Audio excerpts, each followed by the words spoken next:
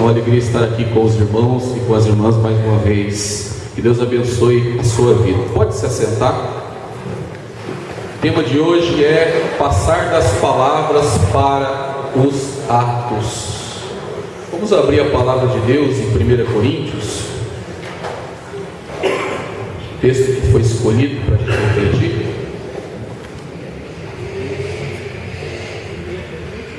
1 Coríntios capítulo 4, a gente deveria lê-lo totalmente, porém é muito comprido. Então nós vamos pegar a partir do versículo 14.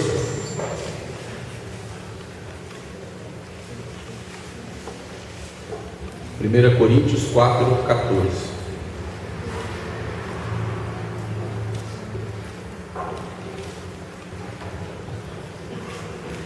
Não vos escrevo estas coisas para vos envergonhar, mas admoesto-vos como meus filhos muito amados. Paulo está falando com a comunidade de Corinto. Com efeito, ainda que tivesseis 10.000 mestres em Cristo, não tendes muitos pais. Ora, fui eu que vos gerei em Cristo Jesus pela pregação do Evangelho. Versículo 16: por isso vos conjuro a que sejais meus imitadores. Para isso é que vos enviei Timóteo, meu filho muito amado e fiel no Senhor. Ele vos recordará as minhas normas de conduta, tais como as ensino por toda parte em todas as igrejas. Alguns, presumindo que eu não mais iria ter convosco, encheram-se de orgulho, mas brevemente irei ter convosco, se Deus quiser. E tomarei conhecimento não do que esses orgulhosos falam, mas do que são capazes. Versículo 20: porque o reino de Deus não consiste em palavras, mas em atos. Que preferis? Que eu vá visitar-vos com a vara ou com a caridade e espírito de mansidão? Versículo 20 é central para nós nesse texto. Porque o reino de Deus não consiste em palavras, mas em atos. Repita comigo. Porque o reino de Deus não consiste em palavras, mas em atos. Mais uma vez. Porque o reino de Deus não consiste em palavras, mas em atos. Agora para encerrar. Porque o reino de Deus não consiste em palavras, mas em atos. Palavras do Senhor. Pode aplaudir a palavra de Deus.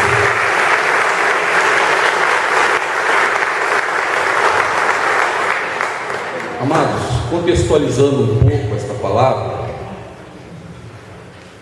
a primeira carta aos Coríntios é um escrito de São Paulo que vai tratar a respeito de uma série de problemas que envolviam aquela jovem comunidade.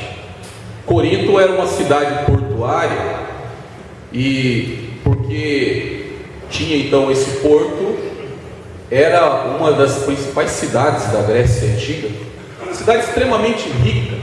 Lá circulavam muitos produtos, era comercialmente próspera. Porém, Corinto era extremamente devassa. Havia em Corinto um templo dedicado a uma deusa pagã chamada Afrodite, de onde deriva aquilo que nós chamamos de afrodisíaco.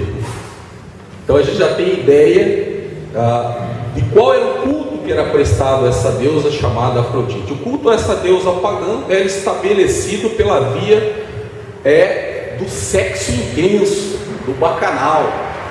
Então a liturgia dessa deusa pagã era o sexo intenso. Então, porque tinha esse porto em Corinto, então circulava muita gente.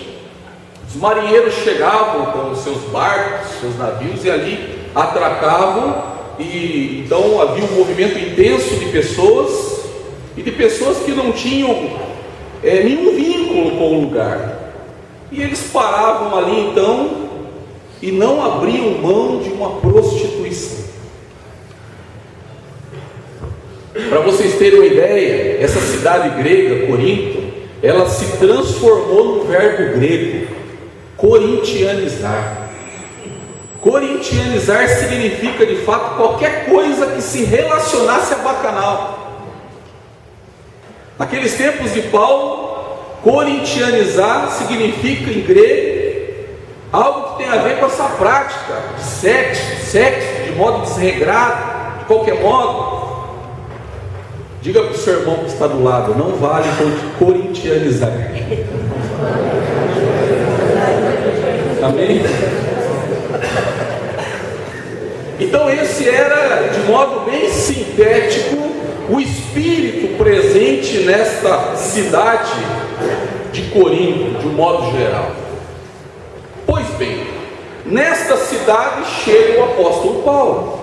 E Paulo chega e começa a pregar o Evangelho de nosso Senhor Jesus Cristo. E o texto lá de Atos 18 vai narrar essa chegada de São Paulo em Corinto. E diz que Paulo persuadia muitas pessoas com a sua palavra pregada. Inclusive esse verbo persuadir aparece mais de uma vez. E essa palavra vinculada à pregação de São Paulo, ela é muito forte. Porque persuadir dá a ideia do modo poderoso como São Paulo atingia o coração das pessoas por meio da pregação do Evangelho. De modo que as pessoas não tinham argumento diante da pregação que saía da boca de Paulo. Paulo persuadia a muitos da ideia de um rolo compressor. É como que se a pregação de São Paulo fosse um rolo compressor que passasse por cima de todos os argumentos contrários à doutrina dos apóstolos que ele pregava. Queridos, não demorou muito, Paulo formou ali uma comunidade de cristãos. Amém?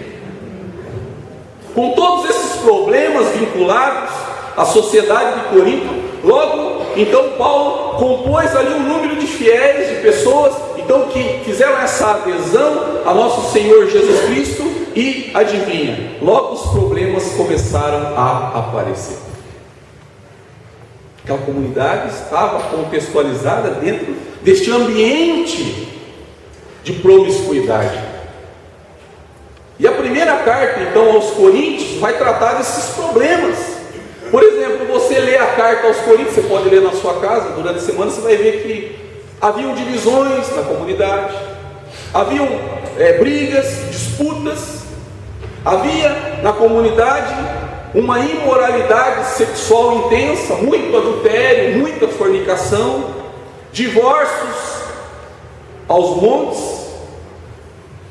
Os dons espirituais, como nós vamos ver lá em 1 Coríntios 12, eles eram abundantes, mas eles não compreendiam os dons espirituais. Veja, interessante, gente, como que o tipo de vida de uma sociedade influencia diretamente a vida da igreja, influencia diretamente a vida da comunidade cristã. Corinto era uma cidade totalmente pagã. E de algum modo, aqueles cristãos que aderiram a Jesus, eles continuaram ainda com aquelas práticas. Eles achavam que podia. Eles não conseguiram se desvincular daquele tipo de vida contaminado pelo paganismo. Então, a luta de São Paulo em relação aos problemas da comunidade, de qualquer modo, como pai deles na fé, não é desqualificá-los, não é dizer, olha, vocês não estão com nada, vamos fechar aí esse templo aí, porque a coisa não está andando, e vocês estão dando um péssimo testemunho do que seja a fé cristã. Então, o objetivo de São Paulo não é destruir aquela pequena fé que havia naquela comunidade, a fé daqueles poucos cristãos ali que ele conseguiu juntar. Mas São Paulo tem uma proposta, e a proposta da carta de São Paulo, embora seja uma carta dura, porque São Paulo é um apóstolo duro, ele pega no pé, a motivação de São Paulo é plantar na consciência deles aquilo que está logo no comecinho da carta. Se você ainda tiver com a sua Bíblia aberta, você pode ver no mesmo texto, 1 Coríntios, capítulo 1, o versículo 2. Olha a motivação do coração do apóstolo, o pai da fé daquele povo. A igreja de Deus que está em Corinto, apesar de toda essa situação de contra-testemunho, a igreja de Deus que está em Corinto, aos fiéis santificados em Jesus Cristo, chamados à santidade, ou seja, chamados para estar fora do sistema pecaminoso. Agora vamos ver os versículos 8 e 9. Olha que profundo isso, gente, é de uma beleza tão grande.